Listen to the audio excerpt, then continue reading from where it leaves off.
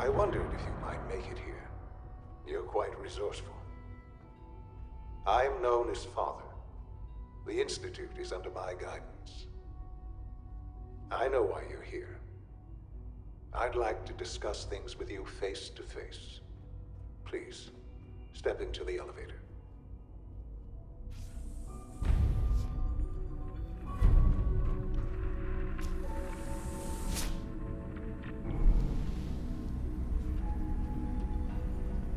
I can only imagine what you've heard, what you think of us. I'd like to show you that you may have the wrong impression. Welcome to the Institute. This is the reality of the Institute. This place, these people, the work we do.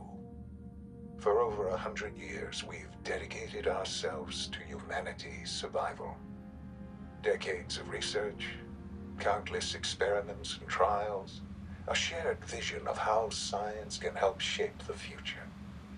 It has never been easy, and our actions are often misinterpreted by those above ground.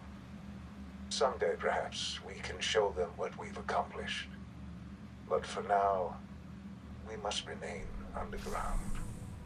There's too much at stake here to risk it all. As you've seen, things above are unstable. I'd like to talk to you about what we can do for everyone. But that can wait. You are here for a specific, very personal reason. You are here for your son.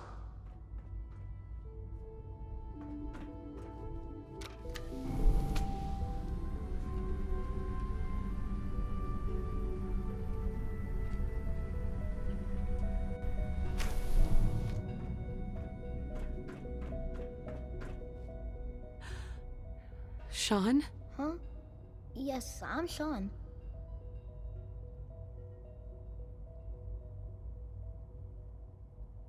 Sean? Oh my god. It's really you. Who are you? Sean, it's me. I'm your mom. Father, what's going on? What's happening? Sean, are you okay? You're not hurt, are you? What's going on? Father? Father! Shh. It'll be okay, Sean. Mommy's here I now. don't know you. Go away. Father! Father, help me! There's someone here, help me! Sean, please. Calm down. I'll get you out of there. Father? Father, help me! She's trying to take me! Father? Father, help me! Sean. S923, recall code Cirrus. Fascinating, but disappointing. The child's responses were not at all what I anticipated. He's a prototype, you understand. We're only just now beginning to explore the effects of extreme emotional stimuli. Please try and keep an open mind. I recognize that you are emotional, and that your journey here has been fraught with challenges. Let's start anew. I am Father. Welcome to the Institute.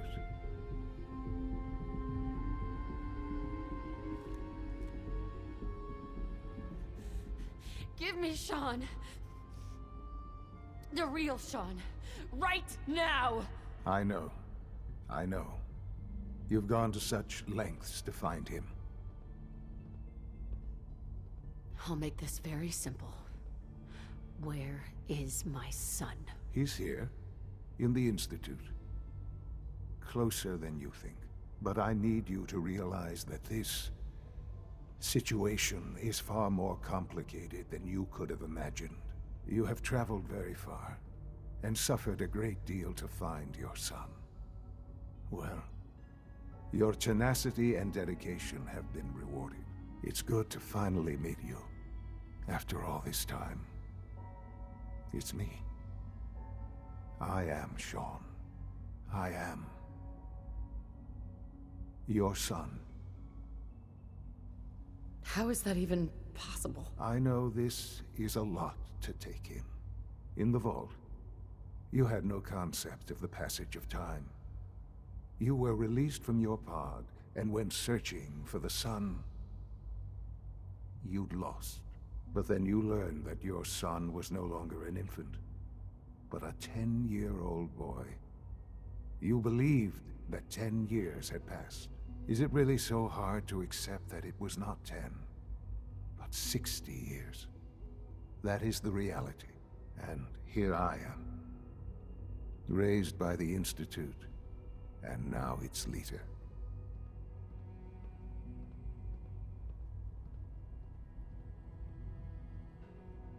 They stole you.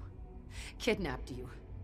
It wasn't right. Right, wrong, irrelevant. It was necessary. The Institute believed humanity's future depended on it. At that time, the year 2227, the Institute had made great strides in synth production. But it was never enough. Scientific curiosity and the goal of perfection drove them ever onward. What they wanted was the perfect machine. So they followed the best example thus far. The human being. Walking, talking, fully articulate, capable of anything.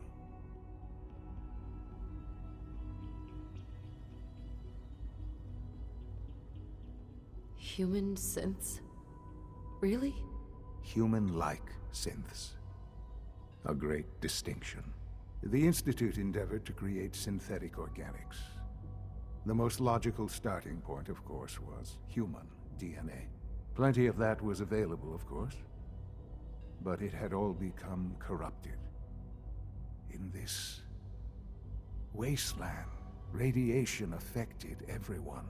Even in their attempts to shield themselves from the world above, members of the Institute had been exposed. Another source was necessary. But then the Institute found me, after discovering records from Vault 111. An infant, frozen in time, protected from the radiation-induced mutations that had crept into every other human cell in the Commonwealth. I was exactly what they needed. And so it was my DNA that became the basis of the synthetic organics used to create every human-like synth you see today. I am their father. Through science, we are family. The synths, me, and you.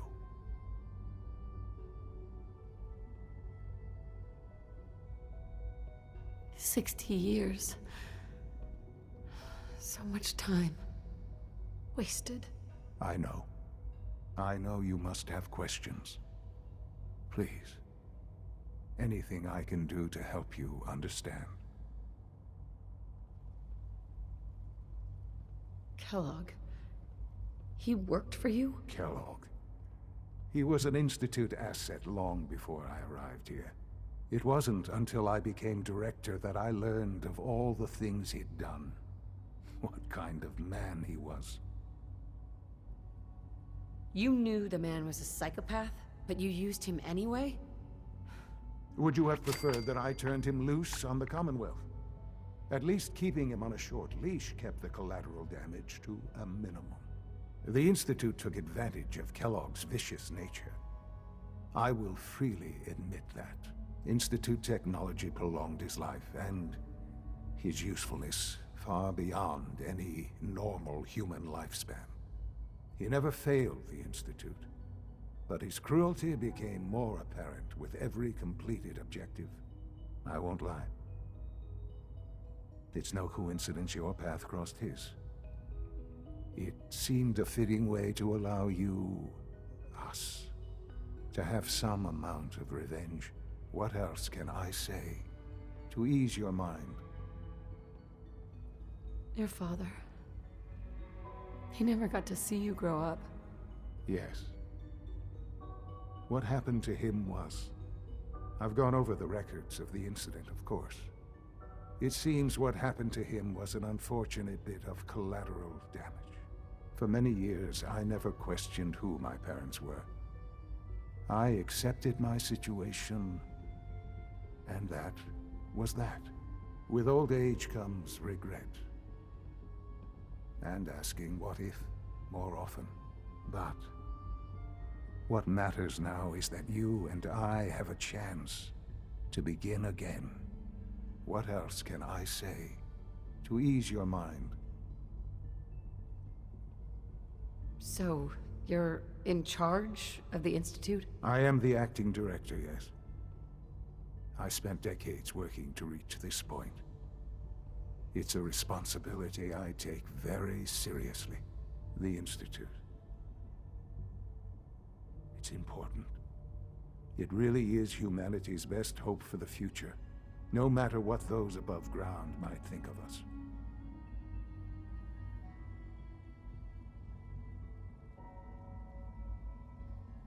They're scared of you, Sean.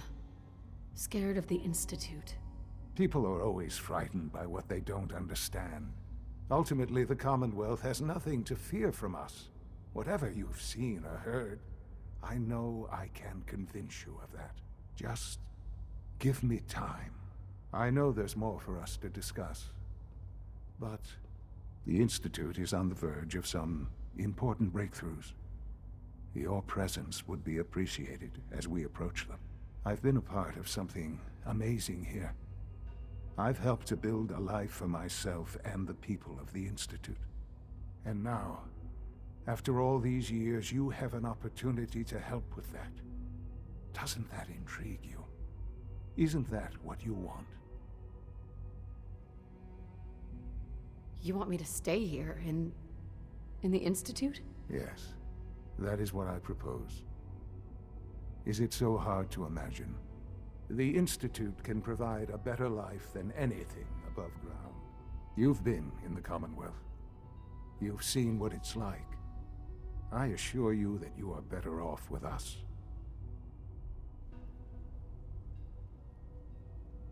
How can you say that?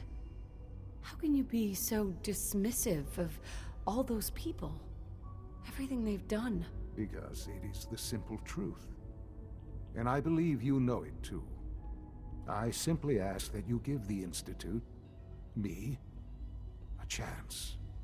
A chance to show you what I've been telling you. We really do have humanity's best interest at heart. Will you take that chance?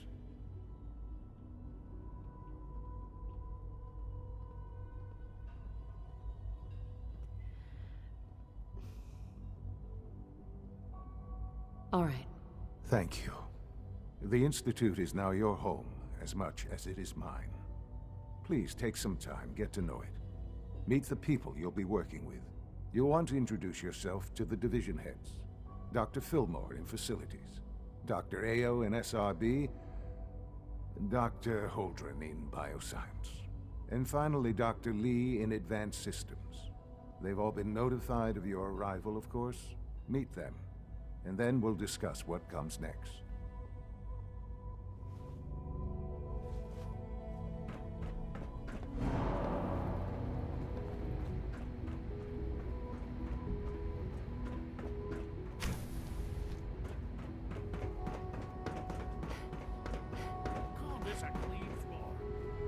Visual receptors malfunctioning? Can you not see the grime and dust?